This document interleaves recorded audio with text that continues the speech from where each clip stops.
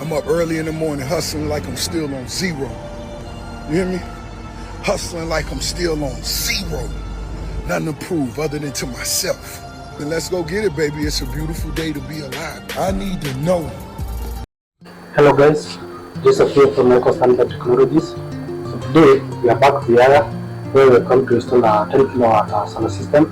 So we have 16 pieces of 580 watt bifacial solar panels. I will show you the solar panels, and we have one inverter which is a 10 kVA. These are SRNA inverter. So we have connected this is the inverter, and we have now the lithium battery, which is a 10 kilowatt hour lithium battery.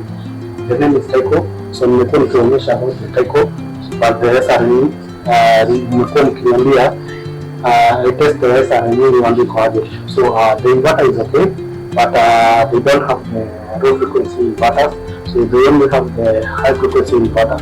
So today this installation you have done to us.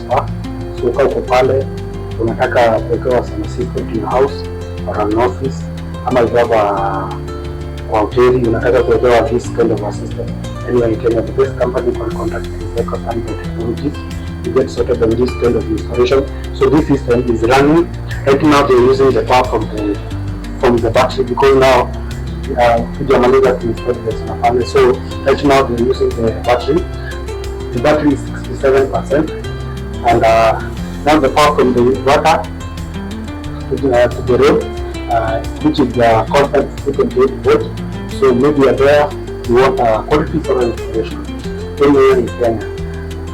Here I'm Joseph, the solar technician. You become another branch. So